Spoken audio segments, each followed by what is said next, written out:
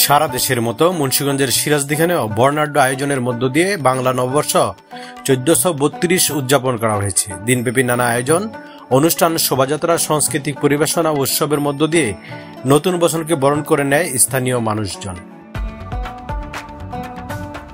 সকালে সিরাজদিখান উপজেলা প্রশাসনের উদ্যোগে একটি বর্ণাঢ্য মঙ্গল শোভাযাত্রা বের হয়। শোভাযাত্রায় অংশ নেন স্থানীয় শিক্ষা প্রতিষ্ঠানের শিক্ষক, শিক্ষার্থী, বিভিন্ন সামাজিক সাংস্কৃতিক সংগঠন, জনপ্রতিনিধি ও সাধারণ জনগণ।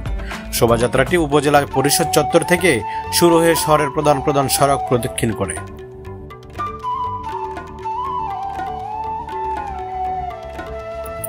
এরপর উপজেলা অডিটোরিয়ামে আয়োজন করা হয় সাংস্কৃতিক অনুষ্ঠান। স্থানীয় শিল্পীদের পরিবেশনায় ছিল কবিতা আবৃত্তি, নৃত্য, লোকগান ও নটিকা। এছাড়া উপজেলার বিভিন্ন এলাকায় স্বেচ্ছাসেবী সংগঠন ও যুব সমাজের উদ্যোগে আয়োজন করা হয় বৈশাখী মেলা, গ্রামীণ খেলা ও বিভিন্ন ভিন্নধর্মী প্রতিযোগিতা। দিনটিকে ঘিরে সাধারণ মানুষের মধ্যে ছিল উৎসবমুখর পরিবেশ ও প্রাণচাঞ্চল্য।